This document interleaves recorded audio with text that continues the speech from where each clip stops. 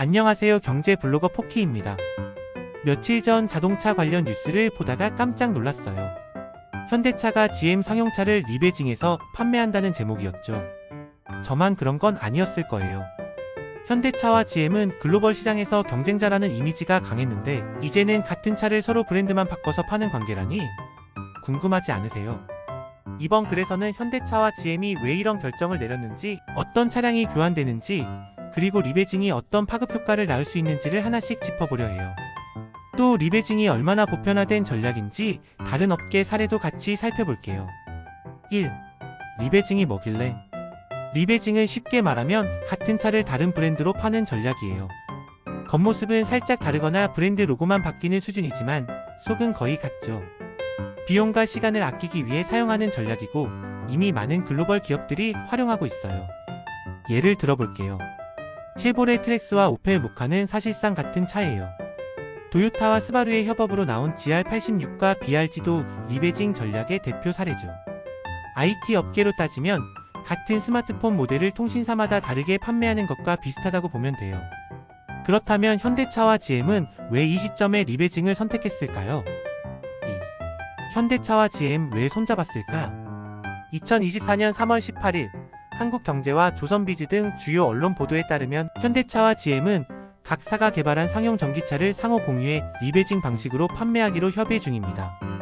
정확히는 현대차가 만든 전기 픽업 트럭, 그리고 GM이 개발한 전기밴 모델을 서로 리베징해서 자사 브랜드로 판매할 예정이죠.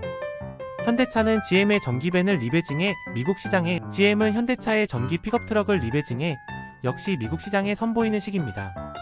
여기서 핵심은 미국 상용차 시장이에요. 이 시장은 전기차 전환이 빠르게 이루어지고 있지만 개발비는 어마어마하죠. 신차 하나 개발하려면 수천억 원이 들어가는데 시장 반응이 미지근하면 손실도 큽니다. 현대차와 GM은 바로 이 점에서 협업을 결정한 거예요. 리스크를 줄이고 출시 속도는 높이기 위한 전략이죠. 3. 전기밴과 픽업 트럭이 핵심. 현대차는 미국 시장에 전기 픽업 트럭을 본격 진출하려는 계획을 가지고 있었지만 아직 양산된 모델이 없었어요. 반면 GM은 전기 픽업 분야에서 실버라도 EV를 갖고 있긴 하지만 대량 생산 및 보급에서는 애로사항이 있었죠. 이런 상황에서 현대차는 픽업 트럭 플랫폼을 먼저 확보해 GM에 제공하고, GM은 자사의 전기밴 플랫폼을 현대차에 제공하는 방식으로 서로 윈윈하려는 겁니다. 리베징을 통해 생산 단가를 낮추고 신차 출시 시간도 단축할 수 있죠. 이런 협업은 단순히 비용 절감에만 머무르지 않아요. 공급망 안정화, 부품 공유, 심지어 충전 인프라 협력까지 이어질 가능성이 있습니다.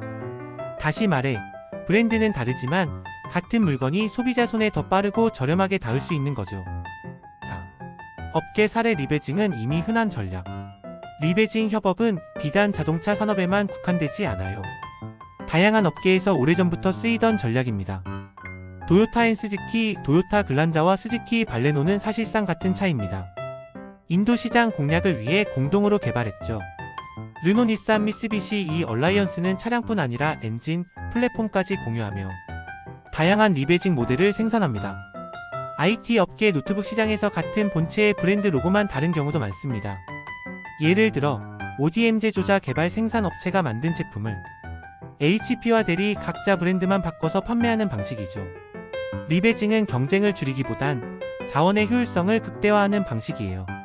소비자에게도 혜택이 돌아갑니다. 가격이 낮아지고 선택지도 다양해지니까요. 소비자 입장에서는 어떨까? 같은 차를 두 브랜드에서 팔면 뭐가 다른 거지? 라는 질문이 나올 수 있어요. 실제로 디자인이나 옵션에서 차이를 둘 수 있긴 하지만 본질은 같죠. 그러나 소비자에게 꼭 나쁜 일은 아니에요. 예를 들어 GM 브랜드에 대한 신뢰가 높은 소비자라면, 현대차가 만든 차라도 GM 로고가 붙어 있다면 더 편하게 접근할 수 있어요. 반대로 현대차의 서비스망과 AS에 익숙한 고객은 GM 차량도 현대차 브랜드로 구매할 수 있으니 좋죠. 이처럼 브랜드 선호도에 따라 같은 차를 다르게 소비할 수 있는 선택지가 생긴다는 건 결국 소비자에겐 이득입니다. 6. 이 협업의 진짜 의미는? 전기차 전환, 탄소 중립, 공급망 불안정. 지금 자동차 업계는 변화의 중심에 있습니다. 혼자서 모든 걸 감당하기엔 너무 버겁죠. 특히 상용차 분야는 승용차보다 시장이 작고 규제도 많기 때문에 효율성이 더욱 중요합니다. 현대차와 GM의 리베징 협업은 단순히 차 몇 대를 공유하는 게 아니에요. 미래차 산업에서의 생존 전략이자 글로벌 기업들의 새로운 경쟁 방식을 보여주는 예시입니다. 경쟁이 아닌 협업을 통해 시장을 확대하고 자원을 효율적으로 활용하는 방법을 택한 거죠. 또한 트럼프 정부가 미국 외에서 생산한 제품에 대해 관세를 부과할 가능성이 높기 때문에 이에 대한 해지 방안으로도 생각됩니다. 7. 결론 리스크 줄이고 속도 올리는 게임의 법칙. 이번 현대차와 GM의 리베징 협업은 단순히 비용을 줄이기 위한 차원에서 끝나지 않아요. 이건 두 기업이 전기차 시장에서 생존하기 위한 공생 전략이에요. 브랜드를 달리해도 결국 목적은 하나, 빠르게 시장을 장악하고 수익성을 확보하는 것이죠. 소비자 입장에서는 더 많은 선택지가 생기고 업계 입장에서는 심차 리스크를 줄일 수 있으니 모두에게 이득이 되는 셈입니다. 향후 이 협업이 실제로 어떤 차로 이어질지, 가격대나 서비스 정책은 어떻게 적용될지 그 귀추가 주목됩니다.